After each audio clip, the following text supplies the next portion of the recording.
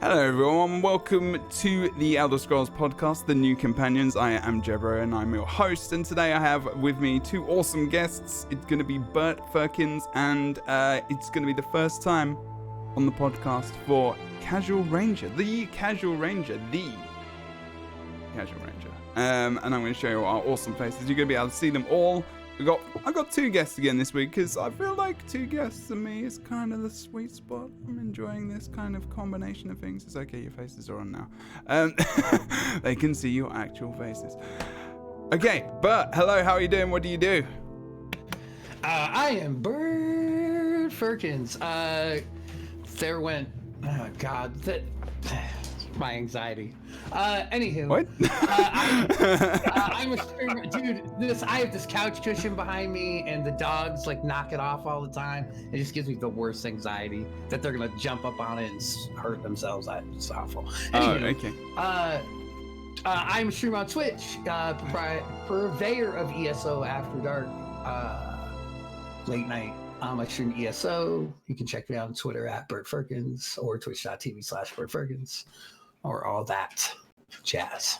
So that's who I is. Awesome. Thank you for joining us once again. Bert's been with us here before. I can't remember which one it was now, but it was one of the shows. It was one of them. And then we have Casual Ranger. How are you doing today, sir? What do you do in terms of ESO? I mean, when I ask Bert what he does, like, Jesus Christ, what are you doing? I had to fix the fucking couch cushion. Literally hear everything I'm doing. The cushion was bothering him. Dude, it's literally in the back of my head. It's staring at me. I can we were talking feel it. We were talking about F-bombs just before we came on, and Bert's already failed. I didn't mean to. Don't do them. And Bert's like, okay. All I heard was do them. Roger. Oh, good Lord. Okay, so Casual Ranger. Hello, how are you? What do you do in terms of... Thanks for having me, man. I really appreciate it. We've finally been able to get our timelines to kind of jive once in a while. But so yeah, I as far as ESO goes, I like to consider myself a Twitter personality. That's what I have the most time for. It's a lot easier. I just 4 kids, full-time job. It's hard to dedicate to Twitch. So Twitter is just a little bit easier for me, and I can automate some things too to get ESO content out for everybody to see and enjoy. So that's pretty much what I do. I try to be a living meme too. A living meme. Yeah. Oh God, that's pretty good. I like that. I need to know, what's a living meme? What's a living meme, Jebro? Do you literally walk around with like words and stuff as well, like, in your hand, just in case you need the word? Just kind of being so goofy to the point where people, kind of associate you with the humor of what a meme is. You know, we all look at a meme and laugh. I want everybody to look at me and be like, that guy's funny. There you go. Okay. They just look at me, and that's just the case. They just look at me. Indeed, yes. That guy's hideous. And you can, wow. That's just rude. Let's just laugh. You can actually, if you're listening to this live on Spotify or iTunes or anywhere else, or on the website, you can actually go and watch the VOD, and the VOD description is in the description of the actual thing on I don't know what to call it, on Spotify and iTunes as well. So if you do want to come and watch the VOD, you can do that, and you can see the faces, and you can see whether or not Bert's right. And he's not, obviously. We're all very beautiful. But today I was like, this is the 19th show, by the way. Holy heck. Wow. Which is every 2 weeks, and I think I've missed 1 or 2. But it is the 19th show. It's actually 19 viewers as well. Which is quite interesting. Synergy. Brand synergy. But yeah, it's been a bit of a wild ride, and sometimes it's difficult to pick out what exactly I want to talk about. But this week was more of a like, and literally I was, because I've got finals coming up, and I've got everything coming because I'm in grad school, and I was like, good luck. What? Thanks. I'm gonna need it. You're gonna need it. Yeah. And I was like, okay. No one ever just talks about why they like the thing that they like. And I was like, why don't we just talk about that for like an hour or so and then just chill? I think that's true with anything. I think like even like relationships or something, right? Like you rarely are just wow, like going like, get deep there at like 11:25 in the morning. Flipping hell, calm down. I think it's that thing, it's not after dark now. sometimes like you don't share those things, especially as dudes, right? Like sometimes you don't share those things of why you like something. I do. I share that. I'm a counselor in training. I got to do that shit, mate. Yeah, you're what I call it. You're what I call a snag, a sensitive new age guy. Oh no. Hey, that's what I am too. How dare you? Oh, okay, all right. Well, then we all are probably. Yeah. So I just think it's I totally agree with that. Like, isn't that snag? A sausage. I think you're right though. Like I don't think that we talk about like why we like what we like. You know, it's just we like those things. We just like it. Mm-hmm. I like this. Yeah. Okay? Well, I like it, and I've got to complain about this stuff. Yeah. I mean, we like especially, and I think especially at this time where I see a lot of streamers as well, and especially, and even on this podcast where people are like the directory's gone down and stuff, and I'm like. I mean, I'm not sure. I mean, I think they talk about themselves as streamers, and I think they look at their own viewership. But in terms of like MMO viewership on Twitch, ESO is still really, really good. Like it's really high up there. Like Guild Wars 2, I stream that, and I think it's because I stream other MMOs as well. Final Fantasy is different, and it's really high up there. I only looked at it's plummeted because I know like I've kept an eye on my time slot because my time slot is like. Very picky. It's people from the UK and Australia and late night, crowd. Yeah. I mean, it's gone down a bit, but also you can attribute it to people like maybe they want sleep. I just caught myself. Maybe they want sleep. I mean, no, maybe I think it's too late. Don't worry too much. maybe they want sleep or like, maybe they have other commitments or something. So I don't look at it like no, that's it. I mean, there has been some problems, but I think there's been some stuff. The Undaunted event recently got cancelled. Just to mention that, just so you guys are listening or watching elsewhere are up to scratch with like current news in the game. The Undaunted event had to get removed essentially, so the game would literally work. So you could queue up for stuff. Do you remember last year's? Oh yeah, I do. It was last year's. People were mad about this getting canceled. I was like, thank God that I don't have to sit on stream and queue for 4 hours. Like, yeah, it was definitely a good call. Yeah, definitely a good call. Any content. Like, we just hung out in Rawcott and just. Well, that's the thing. Like, if you're doing that, like if you are doing that as a streamer, can you imagine the thousands of people are literally trying to do the same thing, but that's their spare time where they're like. Well, I'm not saying our time is invaluable, obviously, as well, but it's their time. But anyway, I'm going to start about the subject before we start talking about I mean, that's the thing that's not too bad. It's not like majorly upsetting for us. No, I'm glad that they did that. Fuck, that's one of the reasons I love ESO. There you go, bang, number one. I'm going to start from Casual Ranger. I'm going to start off with Casual Ranger first, and. I guess if you had to pick like the one thing, and it can be the first thing that just popped into your head before I even finished asking the question, that you could say that you enjoy the most in ESO, what is the one thing? If you could pick one thing specifically, what's the first thing that kind of pops into your head? It doesn't necessarily mean you don't enjoy doing other things in the game, but like... Yeah.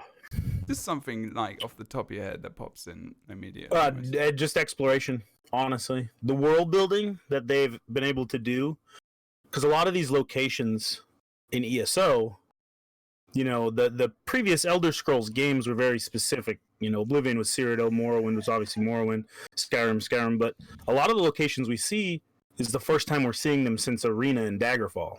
And so if anyone who's played that, in their mind, we knew what it looked like in the very crude the very crude 3D world of Arena. How old was that? How old is that? 90 something, early 90s. Yeah, it's 94, 5. So how that looked, we could look at it and be like, okay, this was cool at the time because you had to use a little bit of imagination, but able to go back and see places like Dune. The city of Dune in Reaper's March, like as to what it looked like in Arena. I mean, it's just crazy. So the exploration, that's the number one thing that I love about ESO. I mean, I could say community, but that's kind of a yeah, it's a cop out. That's a cop out, exactly. Yeah. I'm surprised you didn't say being an Imperial and ruling Skyrim. Oh god, yeah, there we go. I could do that. I think that's an answer everybody kind of expects from me these days, anyway. So being an Imperial, owning Skyrim, day to day. Yeah. But yeah, so that's what it is for me. Exploration and the amount of detail and just love and care that they put into the world. It's really amazing. So yeah, beautiful Jay is like the zone lead, and he is phenomenal. Yeah, that's one dedicated dude. Like, and he's an amazing person. He is awesome. I had a pleasure. You got to meet him too at PAX West. Oh yeah. Yeah. Oh my god, of course. Yeah. Names, man. Jay and Dominic. So that was pretty rad. That's always awesome. Yeah, especially when you get to meet devs at like events and stuff. That is good. That's why you should go to events. Yeah, Jay does an amazing job. Yeah, no, he's super dedicated to what he does, and you can really tell when someone really loves their job, and it shows in the quality of their work. So when I was testing Southern Elsewhere at PAX West, like Jay kept like swooping back like around over my shoulder and like watching me explore it, and like reactions. Dude, his reaction to like watching like my reaction, it was just really cool. Like, yeah, that's cool. Like, yeah, so yeah, excited, like of someone outside, especially like people who were at like the press part of it, like just watching over your shoulder and just seeing, like, I was like, oh my god, this boss is so cool. Well, they don't get to see people's reactions like in actual person, I guess, much, because like, they can watch on Twitch and watch people's faces, but to be there and feel that energy off people when they're there, and be like, around it is probably actually quite rewarding. That's probably got to be this euphoria that like it's replicable, I guess. That's it. Yeah, they were like when I was at ZeniMax last March, not last March. Every time we do something, whoever was in charge of that specific project would come and be like, "So what'd you think?" And just the glow in their eyes, just to hear your reaction firsthand was super awesome. So, yeah, that's just rad. Okay, well, so we got exploration from Casual Ranger, but what is your one favorite thing that you can pick off the top of your head and you can't pick being an Imperial? Or you can pick exploration as well if you want. I mean, no, I'm gonna go with and this should make the old Fininator happy. I'm gonna go with like content as far as endgame or like dungeons, like that kind of stuff. Dungeons, trials. So instance content, yeah, if you want to call it that. Arenas, trials, like all of it is so amazing. Like it just takes so much, like, to think of the people who work in there and write the stories, the people who put the zone and put the instance together, the people who create the mechanics, like, and just getting into a new dungeon. I want to say like February, even though they only last like those DLCs, they are only fresh for, a few weeks for some of us. Yeah. Like, I still, the first day and getting to run into dungeon blind, like whether it was with Wolf Hunter or whether it was with Wrathstone, or even, Scalebreaker, being able to go in there with my friends. And not only that, like the devs came along to Lair and Marslok, being able to go in there blind and not know mechanics and try to figure it out, and see what they envisioned for you to do, especially getting to play with the devs and doing that it's so cool. Like, and inside of there, like, just to give you an example, March of Sacrifices. So if you've ever been into March of Sacrifices, it is probably the most beautiful instance in the entire game. It is nothing but beautiful glow lights, like the aura, the feel of that dungeon. It's like, wow, this place is really beautiful. I cannot wait to die here. Wow. Okay.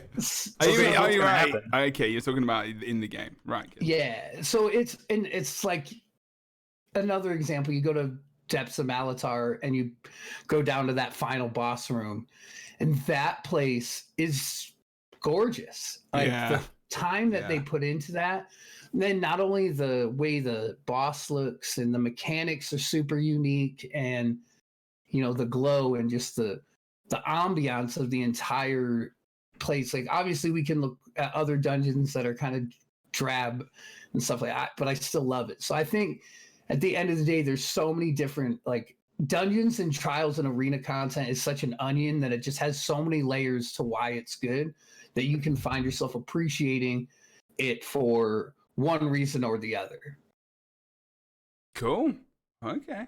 Well, that makes sense. I mean, I think, it's definitely the content which is gonna last as well for quite a while. So I was gonna say actually exploration kind of is, because you can kind of, I guess you can kind of put quests in exploration as well, because instances change, maps and they lead change you a bit. Yeah, and they lead like you. They exactly. lead you into the next place that they want you to go. Obviously, you don't have to follow it, but they can create this journey for you in both places, I think. So maybe it's the journey. Oh, getting super deep. That's what life is about. Deep thoughts with Bert. Yeah. Oh my God. Deep thoughts with Jack Handy. Oh my God. It's real good. I have my buddy made a Magden called Deep Fissures with Jack Handy. Ooh. At Fissure. This guy. Okay, so that's kind of like the one thing I guess you like. So in terms of I guess I'm not even sure what I like the most. I'm not, when something pops into I'm trying to think of what would pop into my head. I think I just like I think the world is, I mean, that's annoying. Is it exploration? What sold you on the game? Like what made you want to pick it up to start with? That's a good question. Well, actually, funnily enough, I do this series which is called what's the thing called? The MMO journey. Like this was what I was doing for ages, and like it was like part of that. And it was like I play an MMO for like 3 or 4 days. If it sticks, I play it for a bit. If not, then I just suck it off and I go and I just go back to whatever. This might trigger something, Jebro. When you are getting ready to stream, and you're getting ready to load up Elder Scrolls, what's the one thing that you look forward to? Like, I want what's to go into PvP mostly and try my new builds out and suck a lot and just be like, oh God, well, I guess that's what I enjoy in most MMOs, but the PvP is, the thing is that I love the PvP, but I also hate the PVP because I'm Is PvP. It playing with things? Is it like figuring things out, playing around, it's testing? kind of like doing that and working out builds. And then because I follow a build, like some people's guide videos and stuff. And then I'm like, okay, well, I'm probably actually not going to get this until I create my own build. And then I understand how the inner workings, because I'm a bit slow sometimes. So creation, that sounds like I think what so. That would, I think it's like creating my own way through the game and just doing what I want to do, because I think you can really be like hardcore and be like, I have to do dailies and I have to do this and I have to go to every zone and I have to do this, whereas I'm just like, I think part of it is that I feel like it's not really that difficult to get into the end game content. It's just like, it's just getting up that CP level and like farming the gear, which is just normal MMO. I don't think it's that difficult. Like, I don't think, it's like Guild Wars 2. It's not that difficult to start doing end game content, really, because there's just that there's that kind of level of like normal and, veteran, which is like, get the gear, easy and then difficult. Get the gear, get the friends. Profit. I mean, the friends. Friends are, that's a different story. Well, but you just meet people. That's the cool thing that I like. Is just meeting people through the community. Like, we don't want to default and say the thing that we love is the community, but Yeah, no, I'm not gonna. That's too easy. Every single person I play ESO with, I met them on Twitch. I met them through the ESO Twitch community. I don't play with really anyone who I didn't, and that's not like I won't. It's just like that's. Yeah, you won't. Come to my Twitch channel and get the hell out. Get out. Get out of my. What's the equivalent to get off my lawn? Get out of my chat. Get out. Yeah, it's a weird one for me. I guess I often don't think about these questions for myself, and I was just literally thinking, what is it that I actually do love about the game? And you know, I think there is part of that where I'm like, you know, one thing I do like, and this might sound weird, is the fact that I can go away for a week, and I can come back, and I'll be like, okay. People still, you know, like and on Twitch or whatever, and you know, sometimes you take a hit, whatever. That like viewer-wise, you might do. If you move different things, that's just what happens. But at the same time, people will just be like, "Oh, it's Jebro again." You know, he's there. You know, I'm just gonna come watch and play ESO. There's the guys who just watch me for ESO, and I can come back to the game. It's more about the content in the game, I suppose. Is like I'm not left behind. You know, I'm not left behind because, you know, my gear's still there. It's still at like a, you know, 160 CP level. I'm above that. You know, I'm 810 or whatever. I suppose. Well, that's what's so good about ESO is the way that the gear is designed. You know, it's not like World of Warcraft where you miss a month and you're obsolete. And you have to like I came back, and I know this is getting ahead, but now I'm still relevant as far as what I can do. And having taken a break. And that's what's so great about it. Is the way that they have designed the gear scaling and stuff. Ranger, you're going to be so disappointed. Why? Casual Rangekins is now a Templar tank and no longer a Stamplar. No, it's all good. I'm sorry. No, you're good, man. You're good. What? Is this like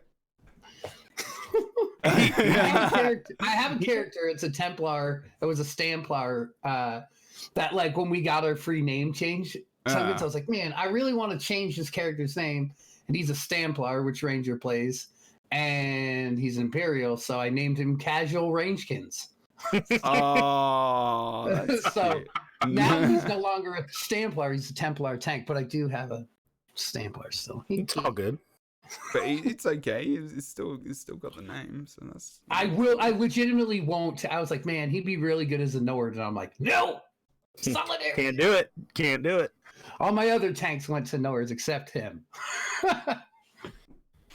Okay, so talking about like, you know, going away and then coming back, I think we're gonna start off with Casual Ranger because he's the one who recently has kind of taken a long break. But I guess the reason is the question. I'll be like, okay, why did you take a break? And I think we can all probably relate to this. Is even if you're not playing ESO, you can probably, if you do one thing for a long time, you know, sometimes you want to take a break. But is that what the reason was for you with Elder Scrolls Online? And then what brought you back? And how did you feel about coming back to the game?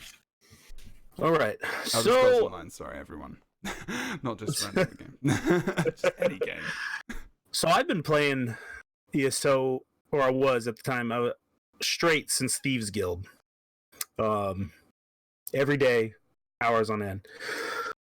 So I was starting to feel the burnout, but I was still, you know, getting in there and playing. But what kind of really pushed me towards where I told myself I have to take a break, and it wasn't just because of the game.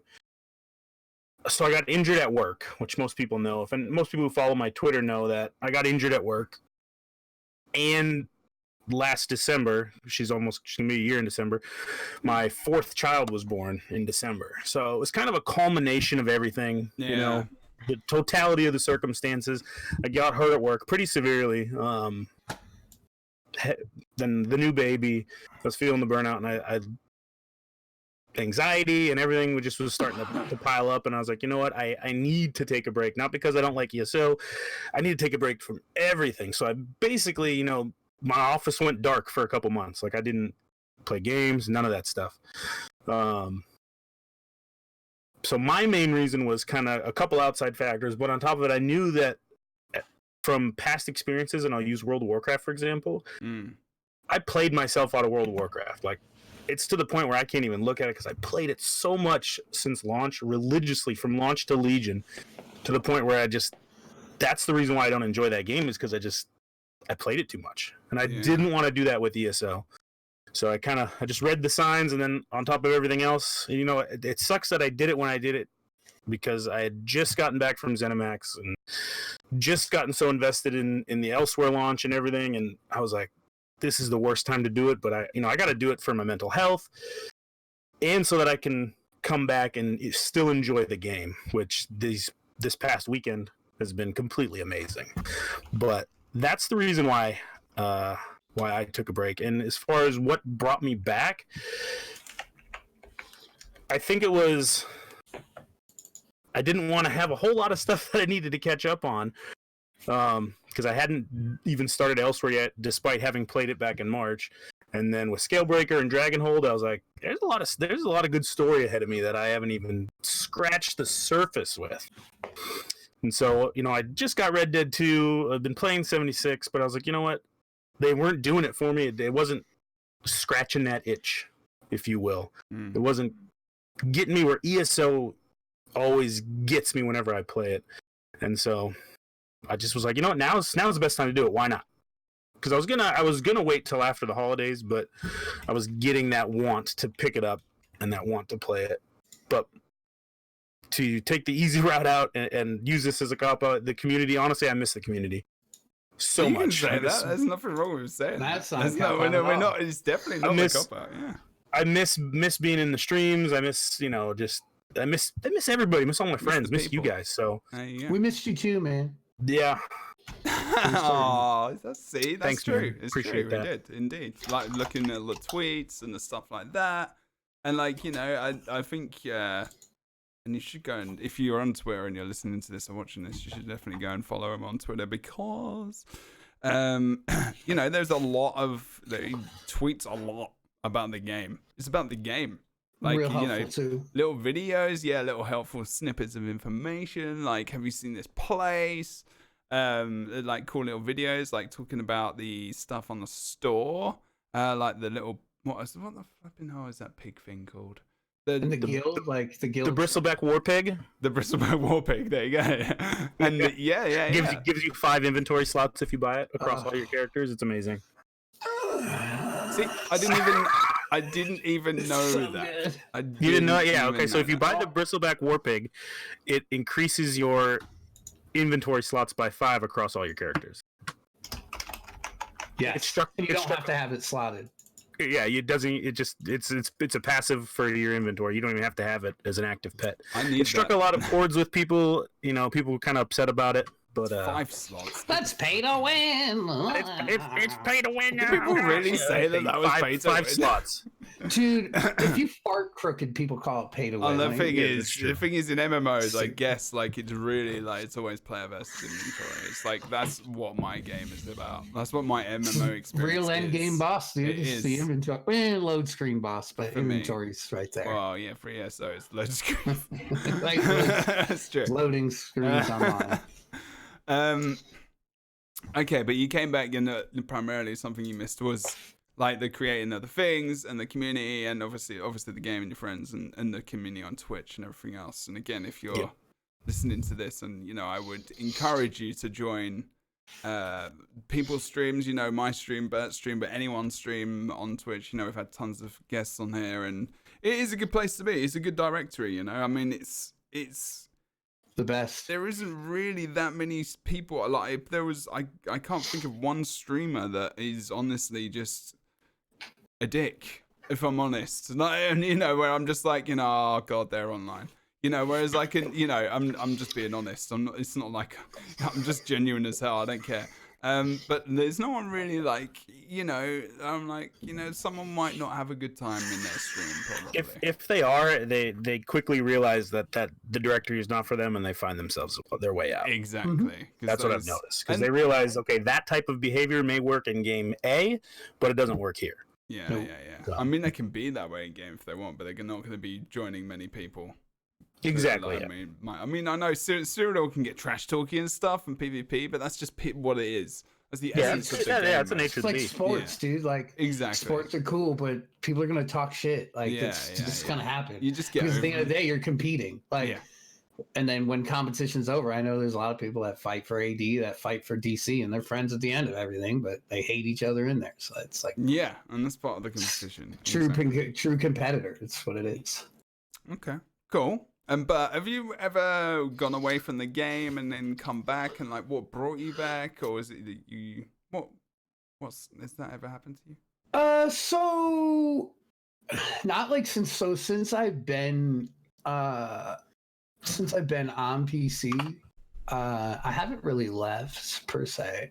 I've gone and played some other things. I've obviously like gone on trips and stuff for PAX or TwitchCon or whatever. But that's just going away, literally. Yeah, so I still like keep up on things in games. So I want to say like when I left, so I started on console. I was Xbox everything. Like everything I played was on Xbox. I remember when it first launched. I got it. Console launch, had an Imperial Edition. I was so excited. I had the Imperial Edition. Gosh dang right I did. What is that? I don't even know what that is. Hold on. I'll give me one quick. I'm gonna show you, Jeb. Please. Oh God. No, is it like? It's awesome. I don't think I probably have the collector's one. Of course, he has it. Oh, it's really what? Okay, what is that? This is the Imperial Edition. That's still got the plastic on it. Oh my God. Yeah. Look at that boy right there. Yeah. Wait, what's in that? What's in that box? What's in it? Yeah, open it on stream. Please. I'm gonna show you what's in it. Please do. That was. I thought that was the packaging. I was like the plastic around it. Okay, yeah. There was no way I couldn't open that. I was like, Jesus. Can you see it? Got a giant Molag ball statue. Oh statue. my God! So if you're listening to this, you want to come and watch this because I have never seen this before. Yeah, and it came out right there, Imperial Edition. What? Yeah. That thing is well good. Yeah. So I had that at console launch. So I was super excited. Got it. I had another friend that also loves all of the Elder Scrolls games and was just as excited as I. We got in, started playing together. Oh boy, it wasn't good. It was like when ESO first launched. Yeah. Even on console, there was no activity finder. There was just questing. Questing and zones were like faction locks. They were level locks. Everything. I was like, what? What? So you would play with your friend and you guys would both be level 25. Well, say I had to work on Tuesday and my buddy had it off and he went in there and leveled to 29. Well, sick, dude. Now I can't go to the place that you're questing because everything's going to absolutely destroy me. So it was like really hard to like keep up with your friends if you weren't straight doing the MMO grind and like living it and power leveling, or you know what I mean, getting to where a place that you wouldn't exceed each other. Yeah, so plus back in the day, if you were on different factions, you couldn't play together either. Boom, yeah. You'd be like, "Hey, what faction are you?" I'm at AD. I'm like, "Well, see you when you hit 50." Yeah. Like it was really yeah, of course. Yeah, it was really bad. Like the thoughts, and that's kind of what drove me away, is that like it just became so limited. Like having to do 2-man dungeons because the only way that you found 4-man was like standing outside of a dungeon and being like, "Hey, like classic WoW style." Yeah. And also like even going, like if you were running around town joining guilds, like there was guild spam, like you didn't know who was, you know, it was a good guild, friendly. Like, yeah, it was just, you're like, oh, well, I don't want to join these people. What if they're all dicks? Like, I don't want to do that. So it's just like, you were like, these are my people. Yeah. Right? But the thing is there was like no way to, in an MMO, to find people to play with or to really expand your horizons. So it's like I ended up going and starting to play like, the regular games that I played, like the Battlefield Hardlines or Battlefield 1 or whatever it is that I moved on to after that. I think it was like The Division, because I still love like multiplayer online like games like that, like MMOs. So I was like, I went to The Division. When I started streaming, I was streaming, doing some random games, Overwatch, or whatever, like Twitch stuff. And then I remember being like, hey man, it would be really cool to, start doing MMOs like just exclusively. Like whether it was like a RuneScape, kind of like what you were doing, Jebro, where like you're just playing MMOs and doing that kind of stuff. And I was like, well, I own ESO and I was playing on Xbox. I'm like, I'll just play this. So I streamed it for a little bit and got back into it. And then I remember ending stream one, maybe like not even a week of being back on ESO on console. I remember watching a guy named Rebel Rabble, and if like I could get a shout out for him because he's awesome. That would be dope. It's Rebel, like Rebel, and then Rabble, Rabble. He, for the very first time, like I loaded up ESO on Twitch, and it was on PC, and I was like, wow, the graphics look wild. The user interface is amazing. Oh yeah, the comparison between console. I was like, wow, the community, dude. I got into this guy's community. I was like, these people are so nice. Like, so I was like, you know what? I'm gonna bite the bullet and I'm gonna make the switch to PC. So I'm gonna buy it on PC. So I spent $20 at the GameStop on the GameStop website. Got your ESO reward points. Yep. Yeah, got more. Get emailed every day about it. I think I might have cashed in GameStop Power Up rewards for that. I don't remember, okay. but anywho, I get it, and I got Morrowind. I loaded it up, and I just started. I was like, I want to play with this guy. Like, this guy seems really cool. I want to play with this community, and so we just started doing that and playing with like together every night. And they would make me gear and run me through dungeons and help me with skills, and like they were so welcoming. It was wild. Like, hey, here's 100K. Like, figure it out. Like, here's. Buy what you need to buy, materials, all that. Like, they just made me whatever, let me use like their guild houses, and I was just so welcoming. And I'd never want to go anywhere else. Like, I told, so me and Gina at TwitchCon, she sat down and had lunches with a bunch of the streamers, and she was asking like, what can keep you in here, like what do we need to do to make you happy, like that kind of stuff, like like what support do you need from us, more like that, like what support could you use from us. And I was like, there's no sales pitch I need, like I'm never leaving. I just need to like feel supported. So we talked about it, and now we have our streamer page, so it's like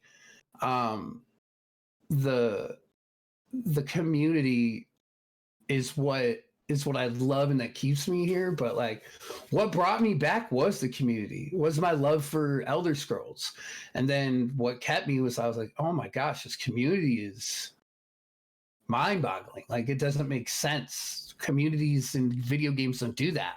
People hate each other. People, you know what I mean? People are competitive. Like, not ESO. I don't care if they're PvPers. I don't care if they're RPers. I don't care if they're PvEers.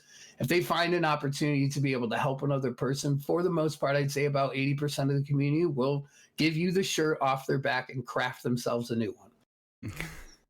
As long as it's not soulbound. Yeah. Or if it is, they'll go and run you to go get one on your own. Yeah. That's true. That's very true. So to kind of use Rangers as well, like the same thing. Like, the lore brought me back. Okay. The people, you will never know, and I will say this, probably I can speak for all three of us. the people who watch this, the people who watch me or retweet Ranger or watch Jeb, or even play with us in game, you will literally never know how much you mean to us. Like, you could never fathom it. Because the reason that we are successful and the reason that we get to do what we do is because of you. And at the end of the day, it's the reason I got a check mark next to my name, and same thing with Jeb. Like, yeah, you just didn't check in. Like, Jebro is a partner, right? Like, yeah, it's okay. It's 5 years in December. I've been a partner. But it's the reason that's so. Yeah, it's true. At the end of the day, I will never trivialize the community. Like, whether I got 2.5 people watching me or 2,500, it don't matter. You guys mean it's the world, a shit ton. Yeah, that's fair. There we go. Okay, so I would say, let's go with community for the answer on those questions then. As a general TLDR, thing. Community. Yeah, but it goes, it got a bit deep and meaningful there. That's good stuff. Okay, so I don't mind, and this is the thing, like, I think when you ask about, like, the good stuff, you kind of sometimes have to be like, okay, what's the stuff you maybe don't like? You got to play devil's advocate. I think I like to do that. I'm looking for my legal pad. Hold on. No, and again, I'm not gonna. It's not all the things that you dislike. It's more of like, if you can think of one thing, and it doesn't necessarily have to be like a mechanic or you could just be like, I don't like Argonians or something. It can be whatever. Wow, we're in racial. Well, I don't. Here. I mean, I'd love them. I literally. As long as Ninja's not around, we're good. I've got like 3 Argonians. Argonians are my main race, so it's okay. But like, yeah. Because it could be an RPer, it could be an RPer. And if they're wood elf, you're scum. I have one Argonian, and it's only so I can have the name Ferkins in Bert's. That's it. It's literally it. It's the only reason I own it. The only reason it's a thing. It's funnier if you know where the name Bert Ferkins is. I know, and I do know, and I do know. Dude, Gina's reaction to finding out what my name is on Twitter might be an all-time Twitter moment. She's like, "Oh my god, really?" You're a terrible person. Hi, R. It's the way it is. It's the way it is. But, so, God, her what was I reaction, asking? I've lost it now. Oh, it was. Yeah. What we don't like. What you don't like. Okay, let's start with Ranger. If there was something you had to pick that you didn't like, and it doesn't necessarily have to be in the game, but like about the game, I don't know. Yeah. He's got something. Let's go. Yeah. So this bugs me, and it's the one thing. My biggest gripe. Now I'm gonna preface with anyone who's played World of Warcraft at launch to now, the vanilla world has changed in World of Warcraft. If anyone played during Cataclysm, literally they changed zones. That's why I went back to play it. I was like, I need to see what the change was, right? Yeah, and then with Legion, the world changed. Like they changed vanilla zones. The game is 15 years old. I'm talking about World of Warcraft, and looking at ESO, Imperial City specifically, 5 years ago we beat Molag Bal. And anyone who played the Imperial City DLC, knows that they destroyed the Dark Anchor above the Imperial City, but it's still there. Like, the fact that the world isn't changed and like we still have Dark Anchors in the vanilla, like I get it. It would be almost impossible, probably engine-wise, to go through and fix all that. But to me, I feel like the world should change with how you progress through things. Like they should. Imperial City can still be a ruin, that's fine. Just the big looming Dark Anchor, which we destroyed at the end of White Gold Tower. That's just me. Yeah. But that's probably my biggest gripe with it is that things are still the same. Right? Huh? It does in quests. Like the world changed while you're doing a quest. It kind of instances itself, right? Yeah, so in certain aspects it does, and they're getting a lot better. Like in Elsewhere, some of the mechanics in Elsewhere. Are real good about that. Even in Morrowind and Somerset. So they definitely, and I'll use Orsinium as an example too. I don't know if you've played through the Orsinium DLC. if you pay attention to the city itself as you quest through Orsinium, if you look up, it's getting rebuilt. And if you take a screenshot of one spot when you first start the DLC, and then when you finish, the city has been rebuilt, and you'll see like buildings gradually get built in Orsinium and stuff. So Morrowind does it too. What's that? Morrowind does it too. So like I'm like that rock changes. Yeah, like I'm halfway through the quest line on my tank. On some characters, I go and it's cool Vardenfell. It's like, hey, Vivek City. But when I go on my tank, there are like bombs dropping. Like it is like the volcano's exploding. Like I would like to see that re-implemented in a lot of the vanilla zones. You know what I mean? They can do it. I'm sure. Yeah, they could. Yeah. They could. They're doing it. Yeah. Yeah, they can do it. Yeah, exactly. They could go back and change some of that stuff. So that's probably my biggest gripe, and that's a personal thing. Sometimes people don't even go back to those zones, so it's like whatever. But well, even like I don't know if you've done Sunspire yet. Have you, Ranger? Not live. No. Okay. So earmuffs then. It's not really a spoiler, but when you run up in one of the trials, you fight like a bunch of trash, and then you go to proceed up to the ice boss. And what used to be stairs is now a pile of rubble that you run up. So I don't know if that was like for instance-based purposes or something that's happened in Northern or Southern elsewhere, but there's now a part of that trial that is no longer like it used to be. So they have the ability to like change that kind of stuff.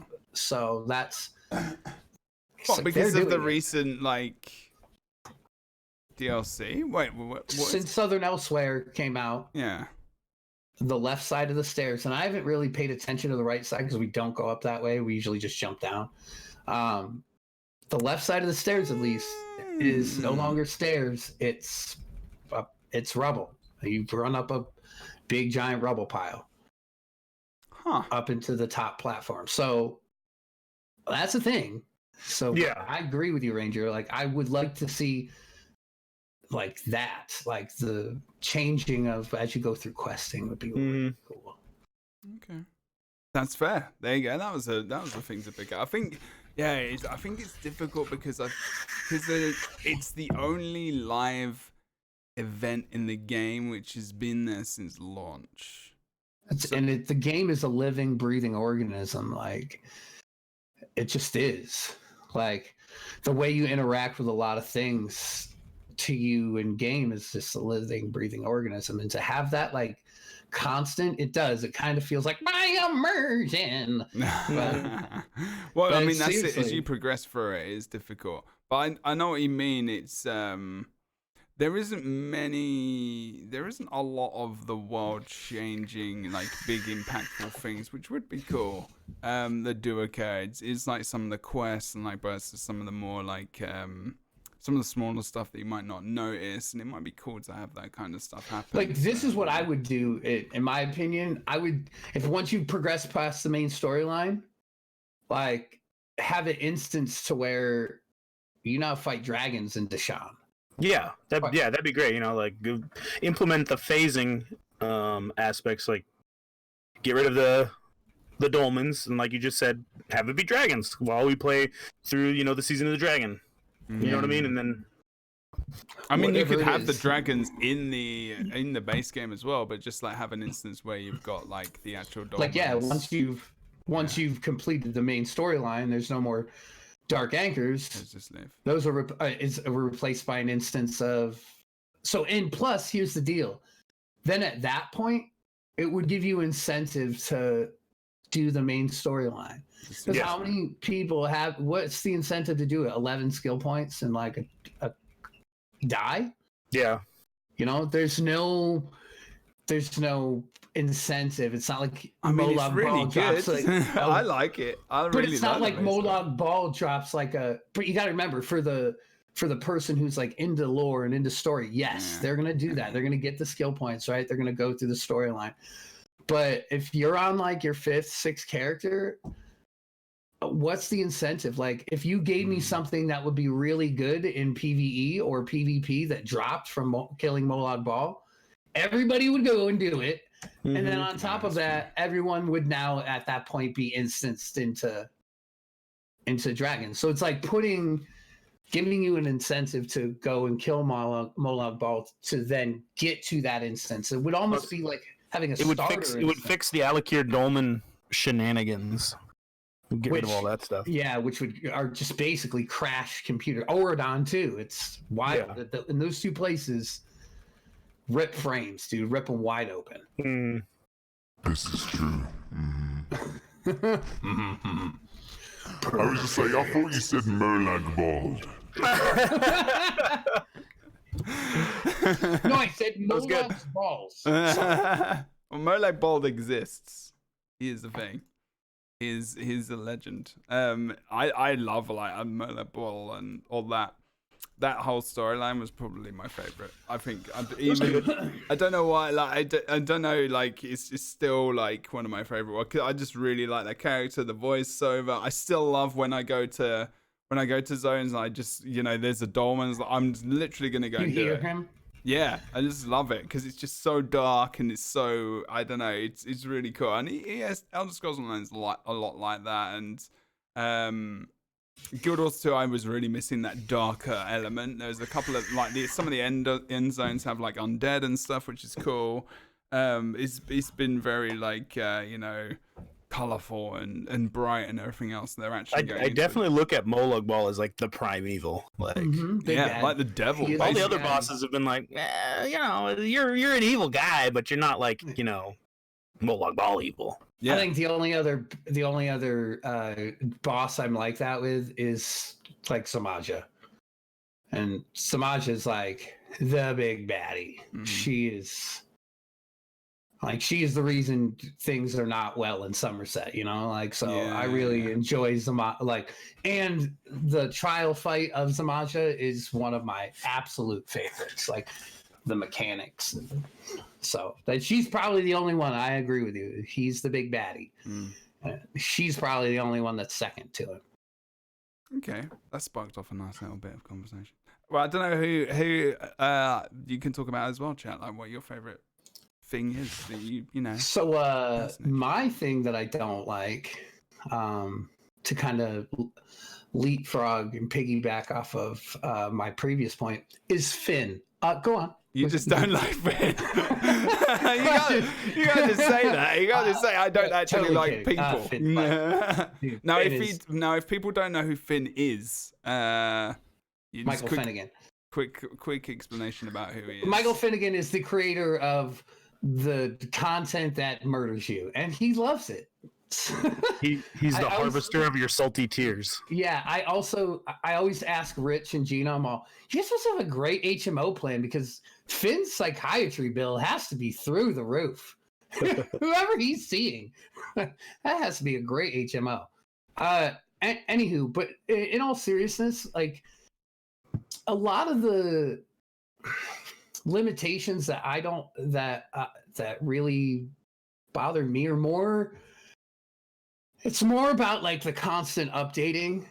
That's about the only thing, is the constant shuffle, the constant gear. So like I like all the new content, but meta shuffling it's just a pain in the neck, man. Like give it to me every 6 months, give it to me a year. But like there's people, like I said, I don't understand this. I fucking love it. Honestly, this is the thing. I like grinding. So it's more of this. It's like the gear. I think it's depending on there's a lot of people. There's actually, I would say 60-70% of the people in this game, and especially streamers even more, that agree with you. And I'm I play Guild Wars 2 and I'm like, I fucking crave that shit, dude. Like I crave it because it just happened. Because it only happens once or twice a year, and I'm like, oh my god, I just need something new. But every 3 months is absolutely ridiculous, and sometimes it happened like a month and two months. Like the gear. So here's the deal: like gear hasn't really changed. So the grind for me to go into a different dungeon or go into a different trial and to get stuff, that hasn't really changed. Like you can run New Moon now, which is craftable. That's cool. And that's awesome that you could literally on some characters, I run 2 crafted sets and I'm doing like 70K DPS. Like, so that's cool, right? Yeah. But however, the gear hasn't changed. So you don't have to go to trial and grind gear. Like the only thing that they're changing is the actual skills and how they work, whether it's shitting all over your sustain, whether it's having to go do Mage's Guild again and push it further because you need a skill. Like, and then not only that, so you've got everything, right? You've got all you need. It took you a month to get all you need. And now you have a month to learn how to play this character for them only to change it a month later. Yeah. So you get like 1 good month of actually being good at your character, and then they do caca all over it. And that's my only thing is it's like, let us breathe. Let us enjoy the patch. Let us enjoy your season of the dragon. Yeah. If you need to make a drastic change, roll it out every 6 months. I understand that there's a lot because ESO has become this thing that it was not. I don't even think it ever planned to be. It has become this thing that when the game started, they legitimately had no idea what they had. They had no idea. They were like, this is going to be cool. You can play like Elder Scrolls with your friends. And then as it kept going and like the WoW refugees came over, the Guild Wars refugees came over and they're like, refugees. Yeah, that's just what they are. They were like, oh my God. Oh yeah, that's a common thing. Like people have it in their titles. We're taking in all these people from, wow, this is becoming a thing. And I understand that they have to adjust the way servers work. They have to want to keep the game new player friendly. So it's not like, hey, get to this gear, and then you'll be able to do 80K. I get that. Yeah. But that's already involved in your action-based combat. You have to light attack. If you don't light attack, you're going to do legitimately half the DPS I do.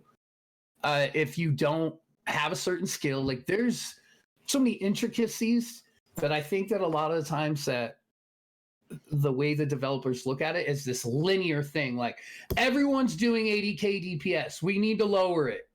Nah, man, not everybody's doing 80K DPS, friend. That's not a thing. People are doing 15K.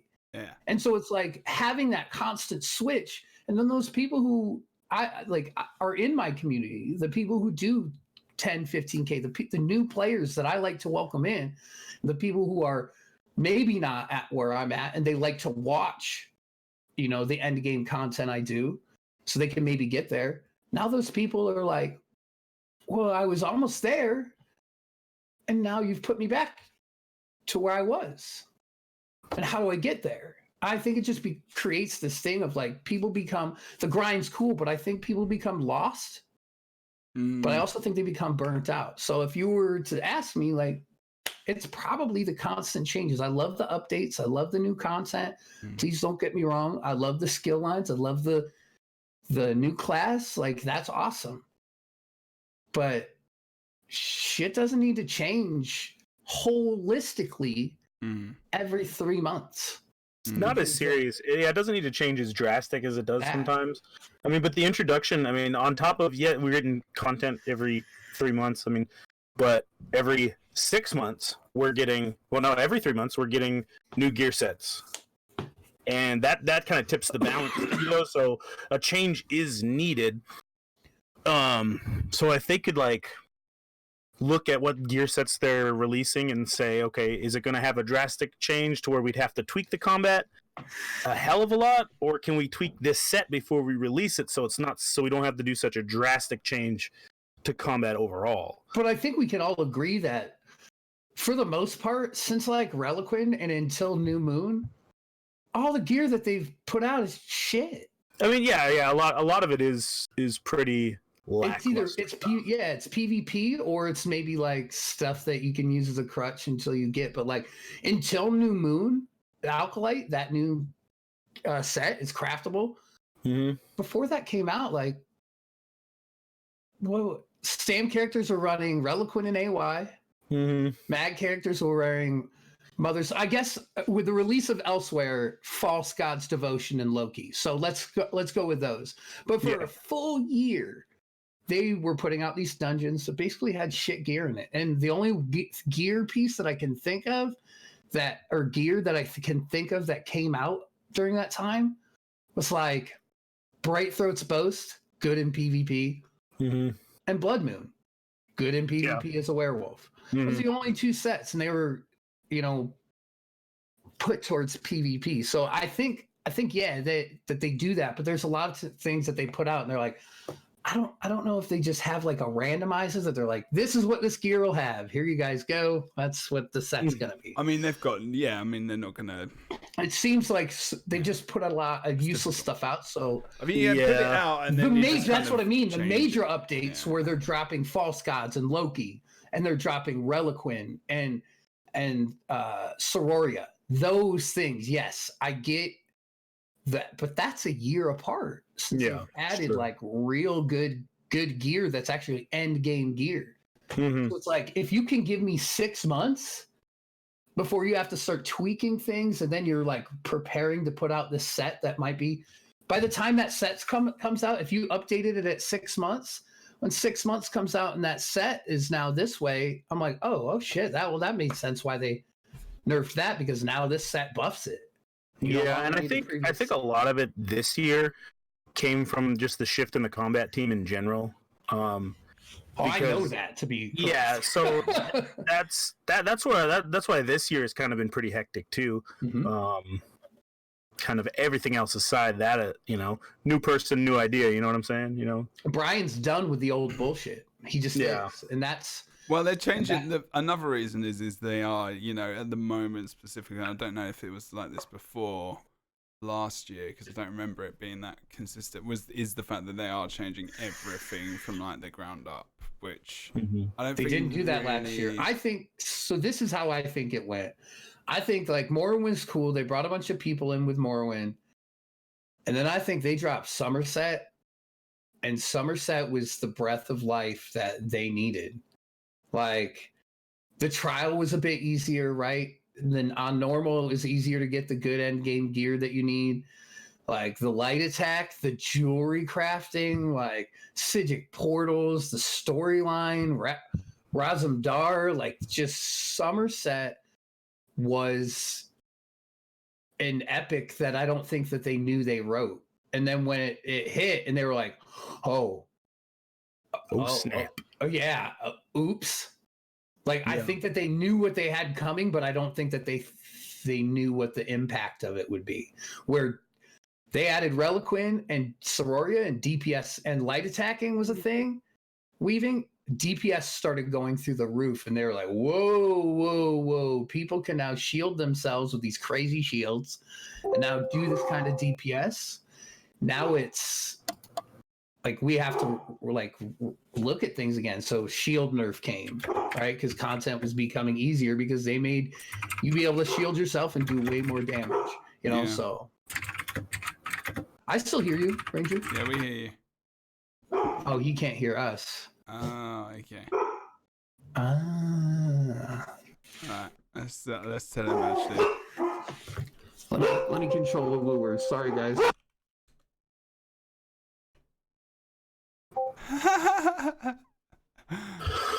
Well, you guys can hear me, but I can't hear. I don't know what's going on.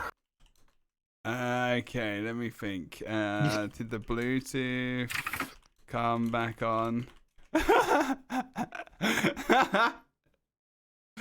This is gonna be fun. Just gonna see if we can sort out Casual Ranger's issues. His headphone issue. Well, not headphones, but we're doing it live. Sometimes that's the way it is. Exactly. Sometimes that's the way it is.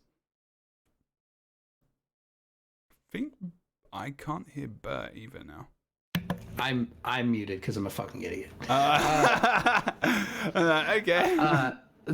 So I want to read this in chat. There's a noticeable difference between my mag characters and Stam characters. My pet Sork, for instance, had 54k Magicka buffed Stam Blade, though buffed 34k Stam. They have to do that filter because Stam abilities holistically hit harder than mag abilities. They just do. And that's just kind of how they. So if you were to put 50. If you gave me 54k magicka on a stam, or sorry, 54k stamina on a stam character, I mean, I'd kill things in like 45 seconds. Like I'd kill 6 mil so quick it would make your head spin.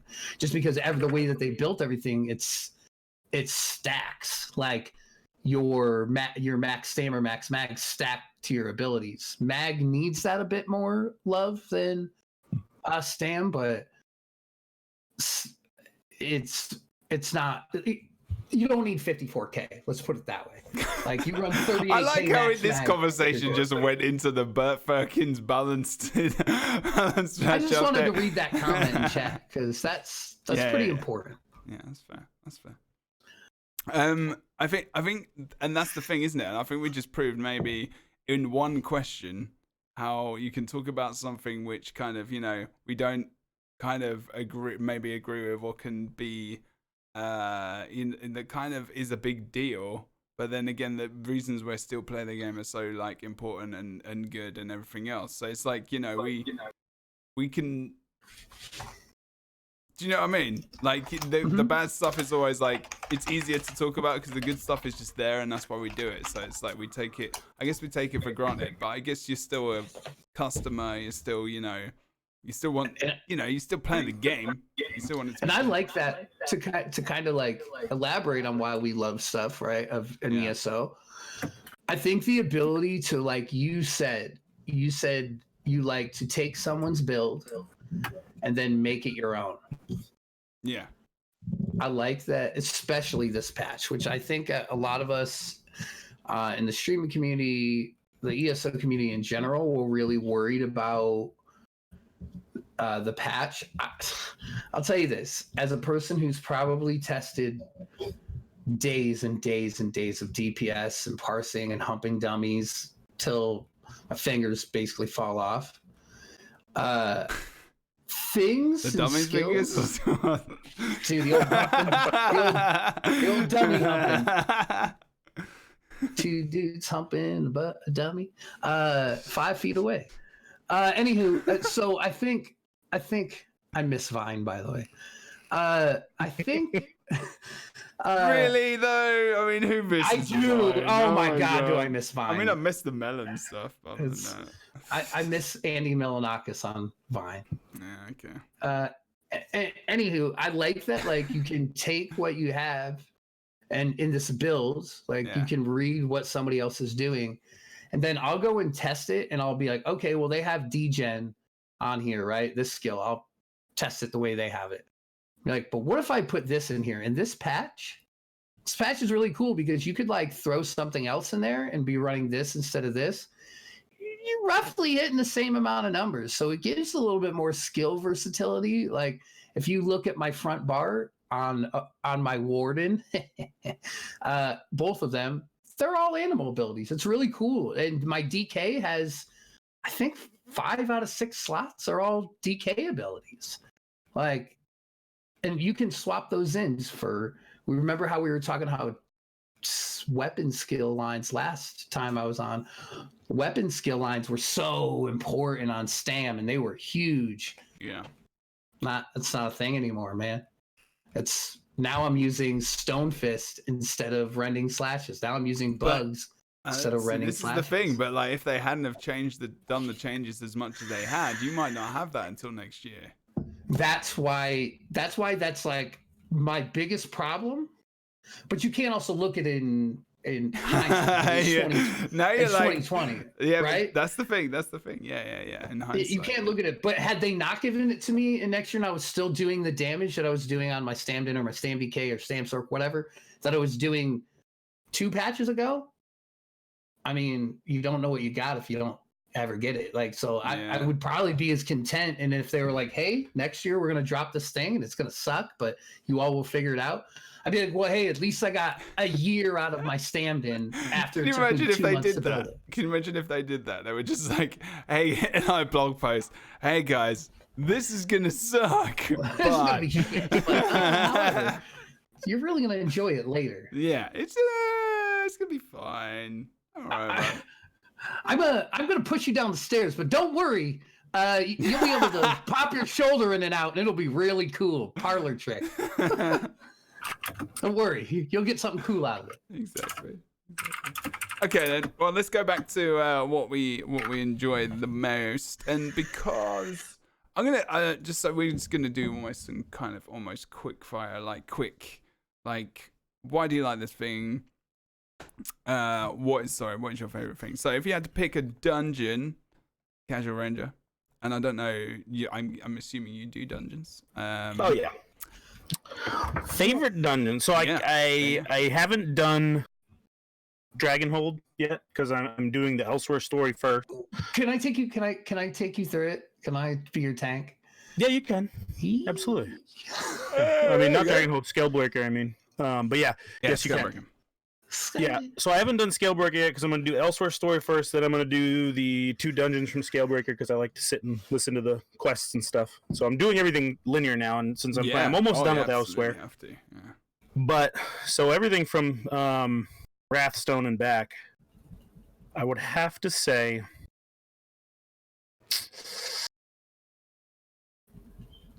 Depths of Malatar. You motherfucker! Huh? Did I steal your answer? Yeah. I should have switched the order out, shouldn't I? No, that's okay. You can still have the same.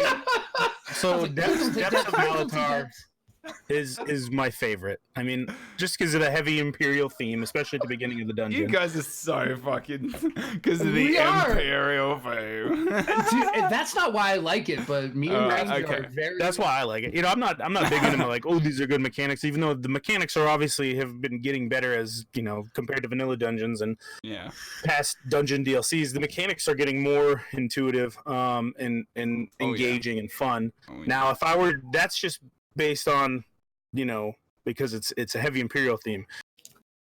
My second favorite, as far as like mechanics, would be what is it? Moonhunter Keep. Oh, thank God! I thought you were gonna take my other. No, Moonhunter Keep. I mean, now you can't say any more after this one. The way DPS is now, though, like Moonhunter's a fun fight in Moonhunter, like the Alchemist. You can kind of basically burn him. And you not burn him or do the mechanics like. God, I love that boss. God, yeah, it's such a the mechanics are so fun in that boss. You don't want to burn him. You're like, all right, everybody, take it easy. We're gonna play this dance because it's just such an interesting and fun mechanic to be able to fight. So unique. Yeah, so unique. Plus, I mean, that one's got a good heavy Imperial theme too. Oh god, it's in the Colovian Highlands. So come on. You roll up to the Lynch Hill Grand Manor, and I got those Wolf Hunter banners just slapped right. Those Silver Dawn banners slapped right on the building. Need it. So mine. See, and you didn't take the wind out of my sails because I like it for a different reason. But my vanilla is Vaults of Madness. Vaults of Madness is so cool. Like that place is so cool. Mm-hmm. It looks cool. It's just cool. Well, last boss is awesome too. Yeah, I really like that mechanic. And for a vanilla dungeon, it's a little bit harder, but it is. Yeah. It's just like the way you jump down, the long falls, the fact that you can pull 2 bosses together and fight them together, like fighting 2 bosses at once is really neat.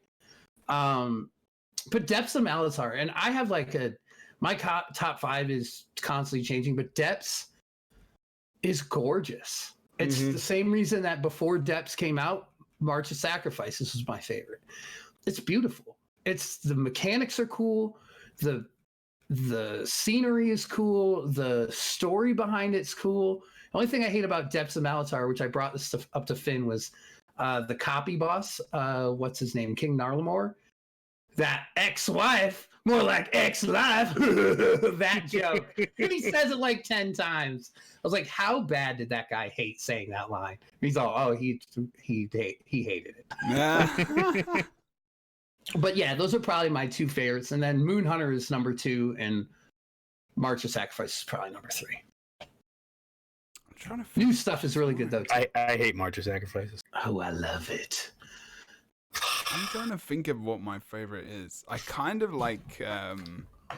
there's different reasons I like different ones. Like, I think when there's some massive change in the scene, White Gold Tower was one where I was like, when I went in and I got to the end boss, got halfway through, and you're in that little area where the whole of the roof just comes off. Yeah, and that's like, whoa, really cool. What the fuck? And it's like in Maw when it's like in, not spoilers if people haven't done Maw of Lorcage. It's when the wall blows up and it just explodes, and then when you finish the trial, the gold wall comes back. At least I know now. I'm never gonna get there, but I'll remember. No. It's good. You're good. It's like old now. Yeah. I mean that kind of stuff is the most impactful. I think, is it Depths of Manator or Frostvault when the bridge? No, I think it's Frostvault when the bridge falls down. You're walking across and you go towards the tablet, the half of the tablet to pick it up. That's Depths of Manator. That shit is so cool. Okay, I try to die there every time just for dramatic effect. But that's very awesome if Fest did that. And then there's loads. I mean, even if for some reason I still like Banished Cells, even though it's probably the most spammed dungeon because I've got Sanctuary, but I like the character in there. What's his name? Oh god, I can't remember. High Kinlord. The guy Kinlord Ellis. Is that the guy who follows you around, who you walk around with? High Kinlord, I believe. Yeah, his voiceover is just wicked. He's really good. Yeah, there is so many of those kind of things which are like. What's your next one? What's your next rapid fire? Other than what's the next rapid fire question? Zone. Mm-hmm. What's the favorite? We'll start off with Bert this time, just in case. No, he's gonna steal mine. I know it. I already know. I'm not. Is he just gonna go? I don't think I am.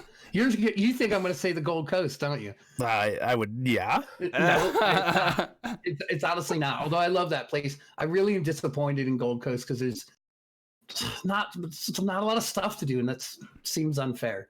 Anywho, also one thing as well, chat, like tell us what your favorite dungeon is. If you like a dungeon I'll talk about, I'll mention on the podcast. It's gotta be Vardenfell. It's gotta be Morrowind. It's just so cool. Like, are you saying no? But are you shaking your head? I just love overrated. All right, okay, here we go. The thing I love about Vardenfell, because I'm very huge into like I love Imperial architecture. Really? We'd never guessed that. Imperial fashion, like all that stuff's really cool. Like, and I feel like you get that spattered about throughout zones. You get AD zones, there's Imperial stuff. DC zone, there's Imperial stuff. What you really don't get in any other zone is the Telvanni and Hlalu influences in fashion and in architecture. Like, their architecture is so cool. Like Amaya Lake Lodge, that place is gorgeous. Like, it's absolutely gorgeous. And it's set in around this volcano. Like, all of their furnishings are really cool. Vivek is an amazing character. Like, the city getting built back up, the way it changes, the different ads that you run into in Vardenfell, the world bosses before Somerset were way more difficult than any other world boss. The Halls of Fabrication is there. That's my favorite trial. Like, there's so many influences dark elf wise that, like, I'm blood for the pact, so I love my Nords and that as well. So I really think that, like, the Telvanni and the Hlalu influences that you get from the fashion for the architecture really just blow me away. Like, how cool is it that you can feel this place that you felt in a game 15 years ago. Also, and then second would be not the Gold Coast, it'd be Cyrodiil. Cyrodiil's gorgeous. Just doesn't load. It's gorgeous though. It doesn't. Is that why? Just get on a low population server. You're good. Yeah, right. But Cyrodiil's beautiful as well. Like, Cyrodiil just reminds me of running around Oblivion. Like, the places that I was in Oblivion, going to Bruma or going to, those kind of places, and just thinking about the nostalgia that exists from when I played that. Like, Cyrodiil just will always hold a special place in my heart. Okay. There you go. Good answers. Ranger? Gold Coast. There you go. I get it. But it's kind of the same reason like why you like Ciro. It's number one. It's the Oblivion nostalgia. Oh. Plus my character's backstory. Just that's where he's from. Because to me, it's just like the golden wheat fields and all that stuff. It's great. I love it. Yeah, it's pretty good. If you had to have a second, what would it be? If I had to have a second, I really enjoyed Murkmire. It was, it was before they kind of decided how they were going to do the release tempo of things. Mm-hmm. And Murkmire was actually planned a lot sooner than it was. Murkmire was supposed to come out a couple years prior. Yeah, they showed Black Marsh. Yeah. So they kind of had it already, so they kind of just threw it in. It doesn't really fit into any of the storylines. It's just a kind of neat, quaint little spot with its own, organic storyline. No one goes there either. And no one goes either. It's great. The stories are great. The Imperial lore there is actually really good. If you get in and read the lore books and stuff, and the history behind Black Rose Prison, all that stuff. It's such a neat and engaging zone, and it's so different. It's even different than the other parts that we have of Black Marsh and stuff. In the vanilla zones, it's so much different. You're deeper in the swamp, so it's just the world building they did there too was gorgeous. And so that's definitely my second favorite. The aesthetics, man. Some of the aesthetics were like the straw huts and rope bridges. And you're just like, I'm in Indiana Jones. Yeah. I really like that place too. Mm-hmm. I agree. It's the. I'm trying to think of my own favorite. I don't really know. I'm just like I think because I feel like I've still hardly been anywhere and I've been everywhere. Cold Harbor. At the same time. Cold Harbor is cool, but you can get a bit, it can get a bit drab. Get a bit drab after a while. So this is So if we want to talk about it, Cold Harbor's the most underrated zone in there because you know why? Because it takes all way shines from all zones. You'll roll up in a spot and it looks like Alakir Desert. You'll roll up in a spot and it looks Imperial. You'll roll up in a spot and there's a Dark Elf or an Argonian way shine. Like there's these many. I do like that. It really and the city's Imperial. Yeah, it helps with the thought of Molag Bal's pulling all these parts of the world into Cold Harbor. It's actually very really underrated. Cool. It's very, cool. Very underrated, and it's a good place to get Fighters Guild. So it is. Yeah, it's perfect. It's a good place to get Fighters Guild. Well, which I prefer that over Mages Guild any day. And if you got another one, another question. Mm-hmm. Well, we've got like 5 minutes. So it's like, if I ask, I feel like if I ask, have you got time for another question? Yeah, sure. Ranger? Yeah. Okay. I don't want to. One more rapid fire. One more rapid fire. Okay. I like these kind of rapid fires. I do too. And it's a quick one because it doesn't have to be that crazy. Okay. Your favorite DLC? Favorite DLC? That's including chapters, right? Or just the small? We'll do chapters. Okay, including chapters. Oh, should we include chapters? Yeah, go on. Yeah, they're starting to get lumped into DLC. So yeah.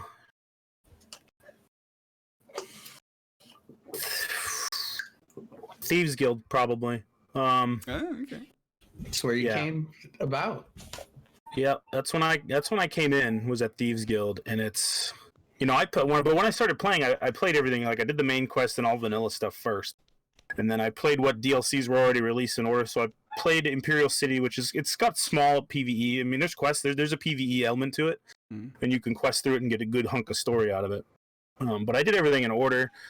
But as far as storytelling, and that's what I'm rating it on for as far as favorite DLC is storytelling.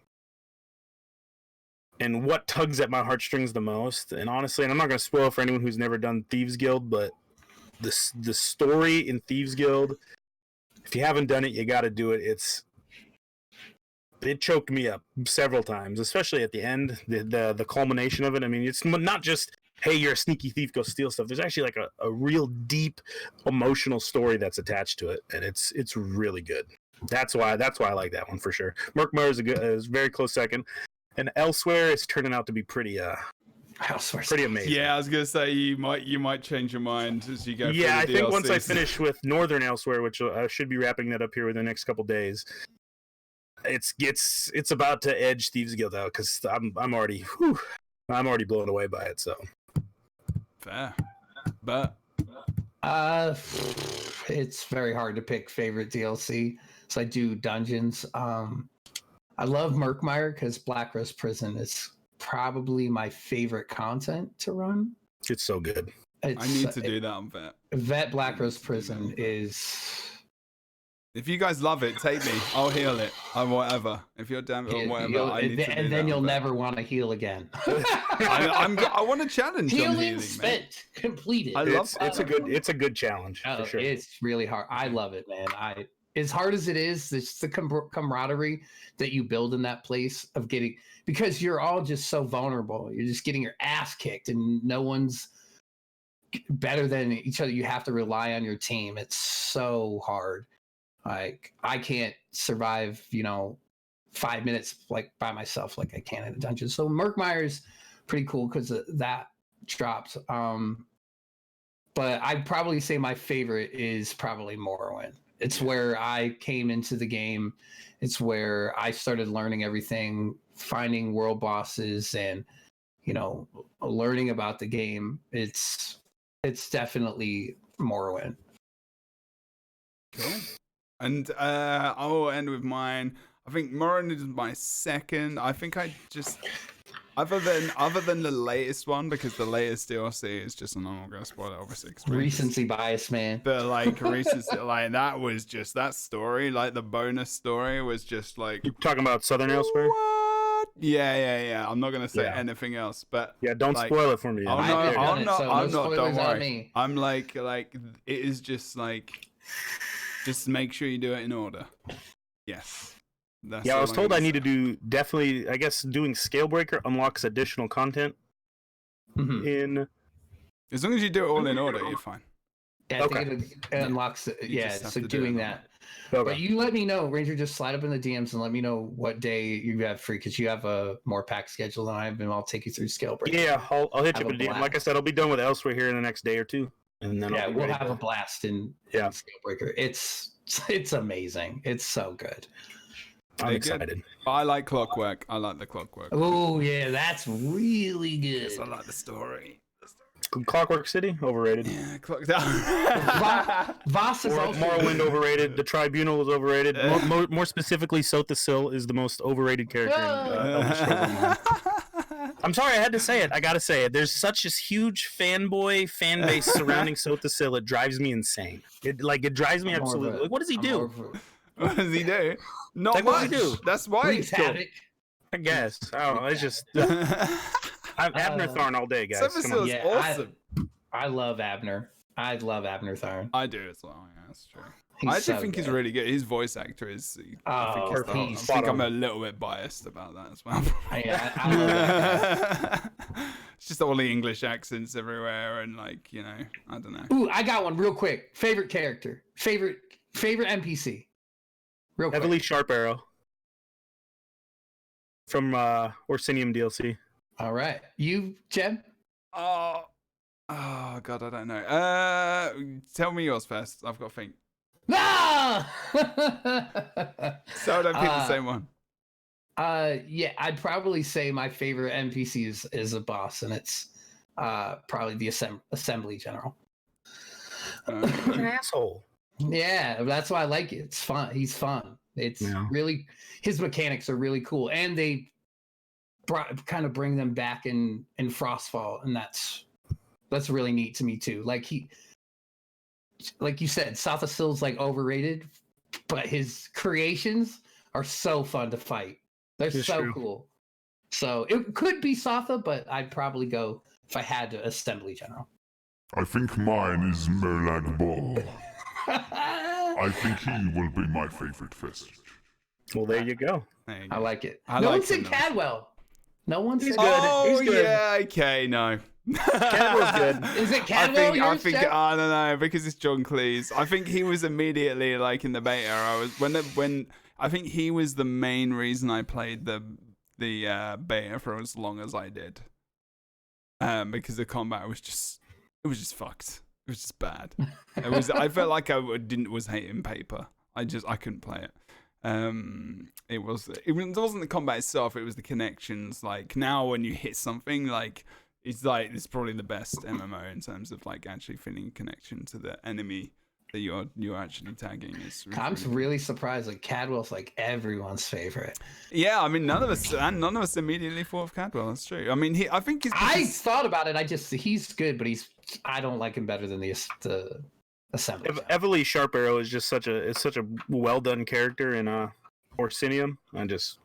She's great. I'll get there. I'm not sure if I've done that. So people said Raz is really good too. Yeah, Razumdar is. Well, who's the guy in the main story? And then he comes back for what's his name? He's funny. He's is he Imperial? I can't remember. What's his name? He's kind of got hair down to here. Darian? Yeah, Darian. Yeah, he's awesome. He's so funny. The women of ESO swoon over Darian. Yeah, he's a dude. He's a funny one. And he's just like arrogant, but not in like a really obvious way. And like, he's just kind of fun. I think he's good. I'm really glad no one said Thariah, because fuck that bitch. Always taking you into the worst places, and then she's just dying all the time. Like, just enough with it, Thariah. Enough. Okay, right. That's gonna be the end of it for today. That was a fun one. That was a fun podcast. That was good. It was really good. I had a blast. I'm gonna do more of these kind of little short kind of. Thank you for having me so much, man. That means no worries. Yeah, thanks for the invite. I really appreciate it, man. No worries. Good to have you guys on, and the first time for a Casual Ranger as well. I appreciate you guys taking some time out of your day. I know obviously you got families and work and other stuff that you could be doing, and you came onto the channel and you did this, and it's going to be on Spotify as well, so you will be forever known until past existence. Will be on Spotify talking about Elder Scrolls Online, so that's quite cool. That was a bit deep, but otherwise, if you want so deep. Yeah, indeed. It's been one of those days. If you want to tell us, first of all, Ranger, where can we find you, and what can we enjoy from the stuff that you do? You can find me on Twitter at casual_ranger, and if you like Elder Scrolls Online, that's what you're gonna find there. And it's a passionate hobby of mine, and some days I get a little too spammy with it, so I'm sure I'm on some people's mute list, but what can you do? I mean, if you like it, mostly now it's just videos of me and my new pig in game. So yeah, he's pretty badass. But yeah, casual_ranger there on Twitter. That's where you'll find me. There you go. And Bert as well. You can find me in the club, bottle full of bub. Mommy, I got the eggs if you're into taking brunch. No, you can find. You can. Fucking Bert. You can find me on twitch.tv/Bert Ferkins or at Bert Ferkins on Twitter. I do endgame content, memery, underman content, laughs. I'm really bad at being funny on Twitter, but I'm more of like the in-person funny guy. So check me out on Twitch. I'm kind of a wet blanket on Twitter because I'm just not like funny with words. But you're our wet blanket. So. Yeah. But yeah, you can find me at twitch.tv/Bert Ferkins. God, what are my days now? Tuesday through Saturday. There it is. I just switched my schedule. So Tuesday through Saturday, basically starting at 9 p.m. Eastern. There you go. 9 p.m. Eastern. That's 6 p.m. No, yeah, 6 p.m. Pacific as well. So if you are enjoying the things that are Elder Scrolls, make sure you check out the guys that we've had on the podcast today. Today we've had Bert Ferkins and the Casual Ranger. It's been a pleasure as per usual. This has been episode 19, which has talked about why do these guys like ESO? I mean, and why? Why do you like ESO? Maybe think about it. If you do want to take a break for the game, you can always go back, and you can go back for the same reasons that these guys did if they do take a break and then come back themselves, or change something that maybe will make you enjoy the game more. Maybe go and check out some of the stuff these guys have talked about, and probably roll an Imperial now, as this has been drummed into your heads. Warden. An Imperial Warden. Imperial Warden healer. There you go. Otherwise, I'm going to go and say goodbye to these guys. Thank you so much for watching today. Here, whether it's been on Twitch, whether or not it's on Spotify, iTunes, or any of the other places that you can listen to this podcast. And I'll see you in about 2 weeks' time with some more guests, where we will be having the 20th show of this year. Right. Yeah, cool. All right, then. We're going to wave. And we're going to see you later. Bye. Thanks again, Jib. See you soon. Bye, Bert. Thank you, Jeb. Thank you. Thank you, Ranger. Appreciate you guys.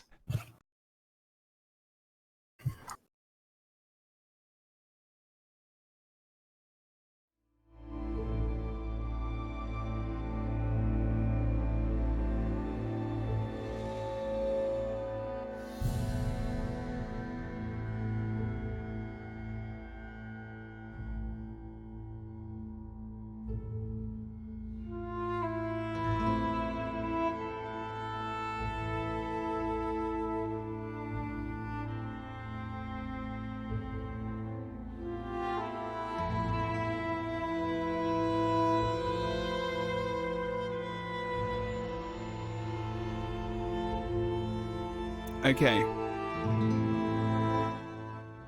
I'm going to continue the stream, indeed.